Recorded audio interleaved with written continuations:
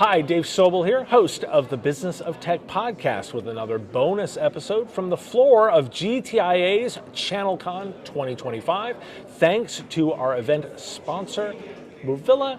Check them out with their smart project management software at movilla.com. I'm joined today by Austin McChord. He is the co-founder and chairman of Slide, a BCDR startup built from scratch for managed services providers. Austin, of course, is very well known in the channel, previously from his work at Datto. Austin, welcome to the show. Thank you for having me. Now, I want to start with, as I've looked at the launch of Slide and what you're up to now, and I've listened to some of the MSP buzz, you've generated a lot of interesting buzz, a lot of MSPs are talking to you, but some of the conversation is also an element of, is this Datto with NVMe's? And is this Datto 2.0? Like, I want to get your sense of, is that fair, flattering, or does it miss the point? I think the answer is like, yes, but let me tell you why that's important. Okay. Might be the way to think about it. And so, first and foremost, like is it Datto in the first piece? I think the culture that we had at Datto and the alignment that we had with MSPs was something that was really important to us. And to see that erode over the last few years has been heartbreaking.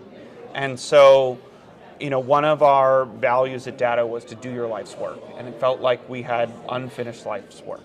And so that created a lot of the energy to go back and to be like, let's take a look.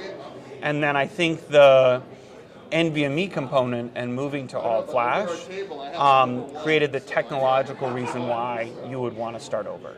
And so if you change the way that the data is stored, and we're talking at the hardware level, and it really comes down to even at the interface level in the case that it's not SATA and flash storage, it's NVMe.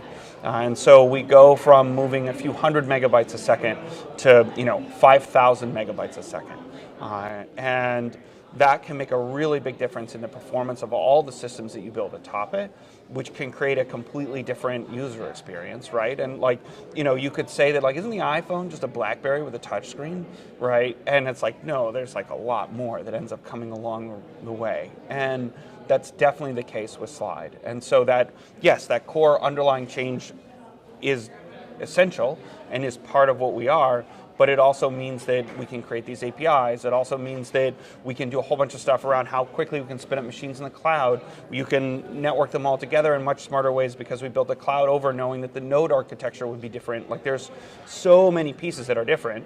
And in fact, none of it is the same by the nature of it. It shares 0 lines of code with Datto. Well, it was written in a completely different language. Everything that way is different. But I think that there's a lot of the learnings from Datto that allowed us to come back, start over with a clean sheet of paper and build a much better product, and then get that same team and alignment behind it to deliver the softer part of the experience in a way that is worthy of MSPs. And I'm on board with the technology differences, but ultimately we also know that we have to address what the business is. And it sounds thematically like the vision of what Slide is, at least very closely rhymes with the original vision of Datto. Is that a fair assessment? Yes. Okay. Datto is a tool, right? And if we made can openers, we're yes, we have created a better can opener, but its use case is still to open cans. And this is the same thing. We have a BCDR product. We have a better one. And then to price it in a way that is understandable to MSPs, that aligns and matches with what they're currently using, makes it easy for them to do a comparison, easy for them to switch vendors and decide, hey, I want to go with this. Are you building Slide as a long-term independent company, or how would you respond to concerns that, hey, this could go the same trajectory as before? What's the long-term plan? I think I would say I hear you, and I don't want the same outcome as before. Okay. And in Datto's journey, we went through a lot of different things, and at one point we were owned by private equity, and then it was important to us that not erode or change our culture, and we worked really hard to get the business in a position to actually go public. And we're a publicly traded company, and basically based on the mechanics of the way the publicly traded company was set up, it was possible for somebody to buy us. And that occurred. And like in a world where like you literally have legally binding rules associated with a lot of that, like that transaction happened. And it was not what the management team was seeking. It wasn't what I was seeking. Okay. But it's just sort of how that played out. And I think that if we're to build something again, which we are, maintaining our independence is super important to us. And getting to a position where we'll ensure that that doesn't happen in the future, that we'll just get scooped up like that, is pretty important to me. And I don't want to go through that same cycle again. Have you set some red lines for yourself on this adventure? I'm not going to do what I did before, and I don't want to see that same outcome. Like it's disappointing to sort of see the business be sort of neglected the way that it has been. And what I was actually most proud of at Datto is that after I left, Datto kept being Datto, and setting up Slide to ensure that it can be a Slide, even without me there, even without Michael there, is really important. But I think that beyond that, like there's just a fierce amount of energy to ensure that Slide stays independent. And I think that a lot of our focus is not on going wide, but instead being narrow and great in a very specific area. And we think that, we have earned enough attention to the MSP space that we can justify our existence being narrow and great instead of going wide. And I think that a lot of the companies that have gone really wide, will struggle to continue to grow, will struggle to be excellent in all the spaces that they play in. I'm focusing here so much because I find that there's probably a lot of really interesting lessons to be discussed here. And that's why I'm focusing, I'm putting it also in the context of thinking about a lot of the MSP space that is also undergoing a flood of investment, their own style of it. And so I'm exploring this because I'm fascinated by the idea of, hey, what can we learn from these lessons? And in a way that, I'm going to make it a little bit simple, hey, what do you wish your younger self knew as you were building it, that's part of your DNA now? What do you wish you'd known back then? I got very lucky that I sort of made, I think at almost all the junctures, the right choices. I have lots and lots of product regret and things where we could have made the product better, or we made architectural decisions that boxed us into a corner. But I think that on the business operations component, we made very good choices at the moment, and so we picked good partners, we had good people on our board. The mechanics, even when we were owned by private equity, we were in a position where we had very high predictability in how our business worked. And so we could just be don't touch it, don't break it, don't get involved in that sense, and we're going to chart to a destination, and let's just agree on the destination. And so we were able to do that. I think that the mechanics around, how the Datto got bought, you get really complicated into the amount of public float you have, what institutional investors are able to buy, how your stock price adjusts based on your revenue and your revenue multiples. And so in our case, Datto kept doing well, but its stock price sort of stayed the same. And so all of a sudden the company became a deal. Right, and that it's priced too cheaply for its performance. And there's a whole bunch of reasons why the stock price acted the way that it did, and there's also a bunch of quirks associated with the post-COVID investment world. But so you're really in the edges there. But I would say even until we got down to the last straws in the conversation, it was not clear which team would be the successor management team, because Datto is a larger business. And it wasn't until we sort of got to the final end round there that realized that the Datto team was not going to win that battle. Those are choices the acquirer made that then they chose not to particularly inform us on. And there was a moment in a mechanic where we could have said no and had the conversation with Tim, the CEO, and I was like, Tim, I will back you. We don't have to do this. And in Tim's position, he felt that he owed it to sort of the public investors and generating the return for them. Those are pieces where you can put in a lot of controls and you can set things ahead of time about what matters to prevent getting stuck in that spot. But that was that was sort of that moment in time. And you end up then with this bifurcated outcome where the people who were equity holders in Datto got great outcomes, but the people who worked at Datto, which they were equity holders too, so they got cash, but then the keeping of the culture, like the acquiring entity chose not to do that, and chose to specifically and purposefully dismantle it. And like, that's their right. And we met with them and I explained to them, it's like, here's how to keep this special and this is what makes it successful.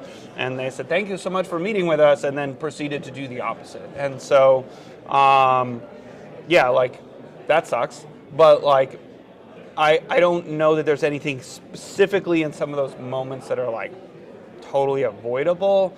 I think that like you have to come with a lot more knowledge. I also think that it helps that like the money doesn't matter anymore. And so like it's also, it's sort of unfair even for Tim or for the other equity holders, other people to be like, well, you should not get this great financial outcome because like, well, it would really bum people out, kind of thing. But I think that in building Slide, like we can be much more clear about what our values are up front, and deliver a cleaner outcome. Gotcha. You came out publicly to talk about this, kind of post that and post Yes. it. Yeah. Give me a little bit of your thinking on the why to get involved at that later point. I think because it's important to signal that like these were the things that matter, and to be clear, like that this is what matters and this is our thinking. And like I think there was a lot of doublespeak in that moment, and you don't have those public conversations without first having private conversations. And so, there's a lot there, and they weren't responding. And so like you just need to make it clear that like, hey, like let me tell you, like I believe you're making a mistake. And time will tell. And so I think that it was very public about that this is a mistake, and you're breaking this thing that like should work for you. And that was the piece that I think is very frustrating, is that like the business was a really good business, and it predictably generated revenue, generated return, generated profits, and like we knew how to do that, and we could do it in a way where we weren't making MSPs' lives miserable. And we could still, give people a hug, and we could still be, connected and aligned with the channel. And yeah, I just think that's such a rare thing, and I was very frustrated to see that they were like removing that for reasons that that it was foreign to them, not that it wasn't performing the way they wanted it to. Gotcha. Get ready, AI-driven project automation isn't the future, it's here today. Movila offers a fully integrated intelligent platform that combines real-time risk management and remediation, smart scheduling, resource capacity management, and AI-enhanced project coaching. By pulling in data from PSA, CRM, calendars, tickets, and time tracking tools, Movila continuously recalculates schedules, flags delays, identifies overbooked resources, and guides users through fix-it steps, with templated and analytics to improve estimates over time. Businesses experience fewer cost overruns, up-to-date forecasting, smoother capacity planning, and more predictable on-time delivery, preserving margins and freeing teams to focus on the real work. Head to Movila.com, that's MOOVILA, to book a demo and see their AI-powered automation engine in action. You made a very intentional choice to get into, backup and disaster recovery again, yes. Knowing the space. It's kind of interesting because of the timing of it, because it's right around the time when AI becomes a big pain point and discussion and opportunity. Was that a path not taken? Like, is AI something that you were thinking about but said I can do more good here? This was a case of like, here I understand exactly how this solution works. I understand where the revenue streams sit and the mechanics of this business. There are people who are not pushing this business forward. But MSPs are dependent upon it. And so the idea that I can start over and build something better here makes much more sense than to cut from new cloth some AI something. And I also think that like at the AI level, like you've got, are you at the foundation model space? Are you just a interposer between ChatGPT or Claude and something else? And like carving out a good business there and carving out a durable advantage there seems very hard. Whereas one of the things that's attractive is like no one cares about backup.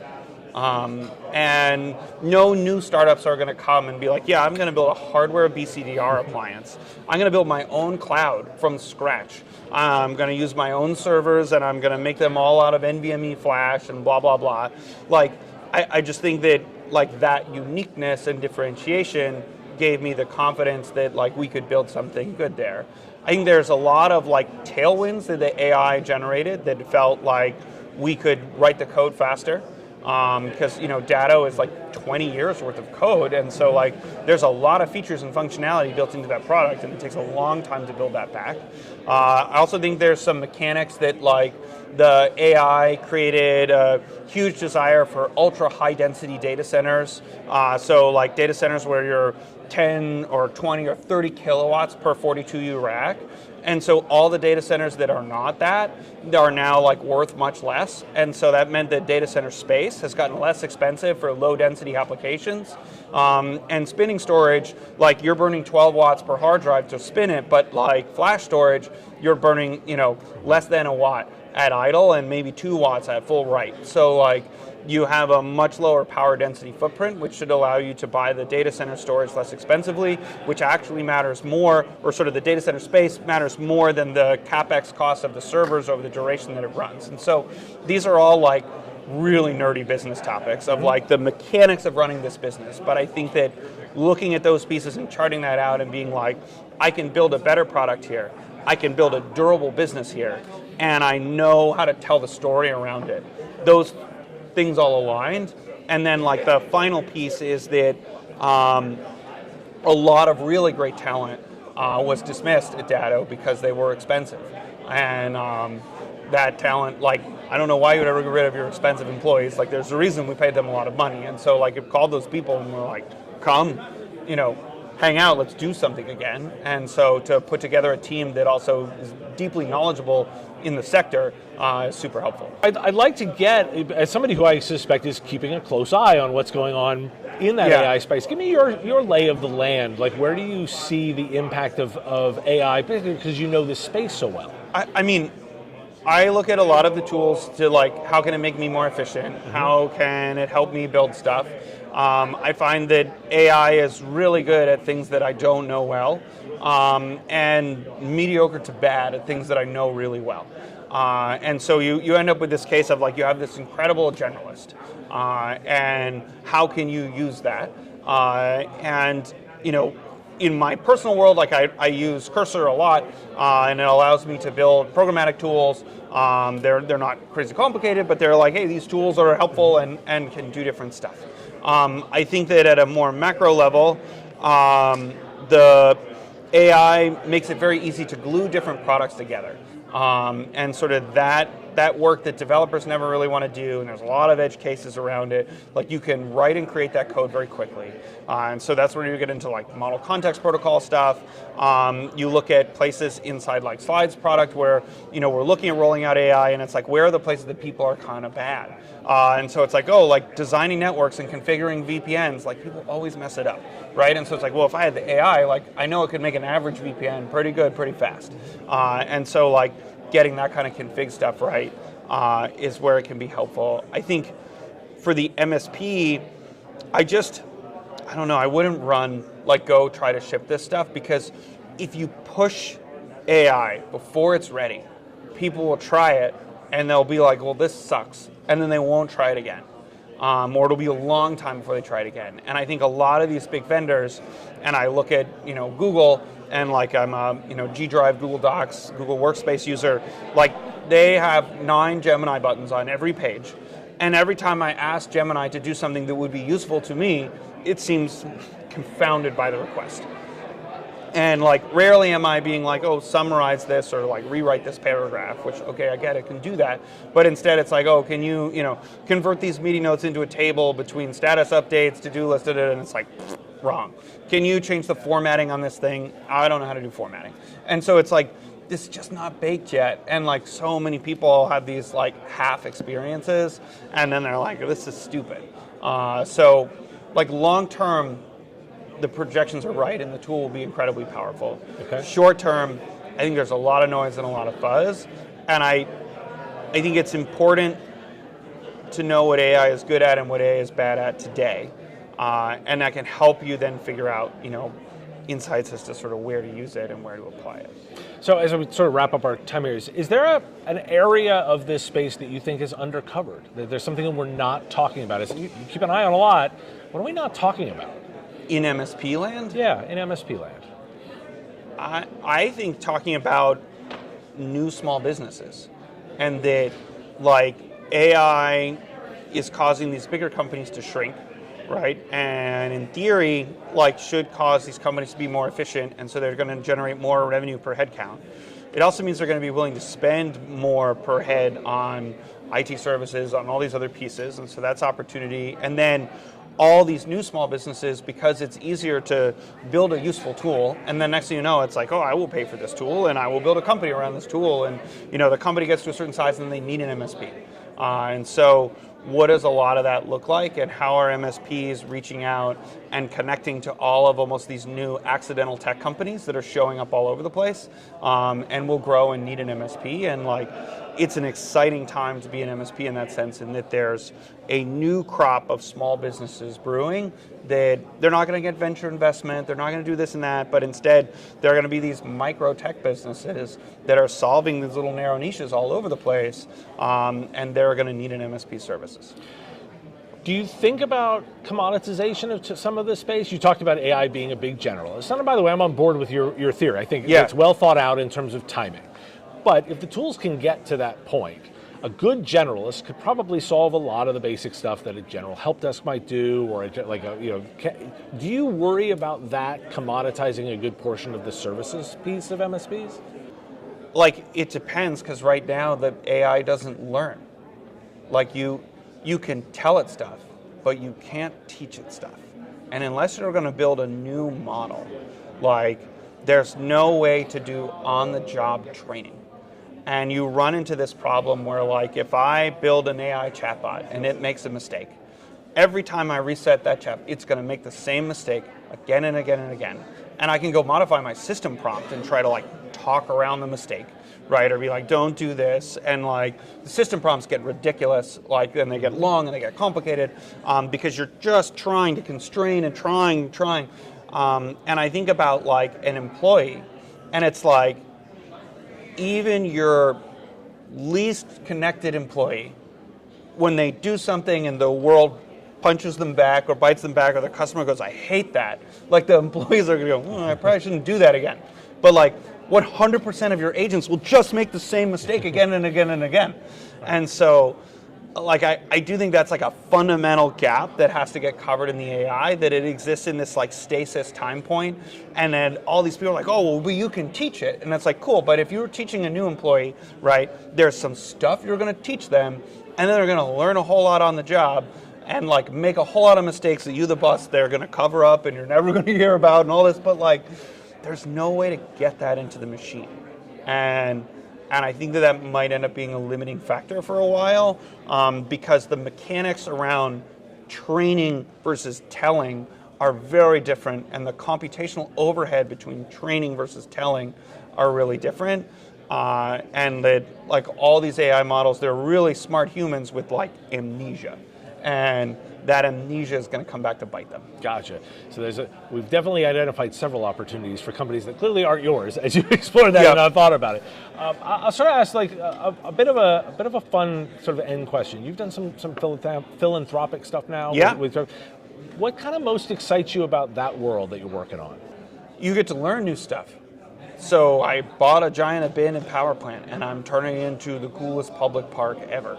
And I now know a lot about giant abandoned power plants and about coal ash remediation and just so many different things. And so I think to be able to take on projects that don't require an economic return, but instead you're seeking like a social return, and then you're like, oh, I want to do a lot of good, is interesting. And to approach them the same way that you do the business of like, how do we do this better? How do we do this smarter?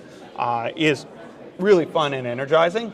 And so, yeah, I enjoy it. All right. You're one of those guys that in finance terms has probably hit their number, right? So you're Sure. So what gets you fired up? What's the thing that gets you going? It's like you made it through the game, right? And it's like, congratulations, you like won. Right.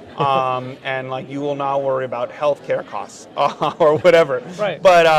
But then you want to go back and play it again because like you've actually fallen in love with sort of the game itself. In that sense, and so like it's rewarding and fun to build stuff and to create something from nothing. And if I think about like where my time and energy is spent, like my day job is I run a venture capital firm, and so like I'm helping other Austins build businesses, and I'm putting my chips on them and saying like, I believe you're going to go that distance. And actually the VC firms that invested in Datto were super helpful to me in helping me grow as a person and grow as an entrepreneur. And so like paying that forward. I am involved with Slide, and we're building something from nothing, and like getting the team together and creating that like is an incredibly energizing thing. And then on the philanthropic side, like I am transforming stuff, and like I've punched an enormous hole in the bucket in that like these projects are not small projects. They're at the hundreds of millions of dollars scale, and so it's motivating to generate the returns to be able to do more of those projects, and that's exciting too. Well, Austin, thank you so much for sitting down and chatting with me. This has been great. Awesome. And thanks for watching.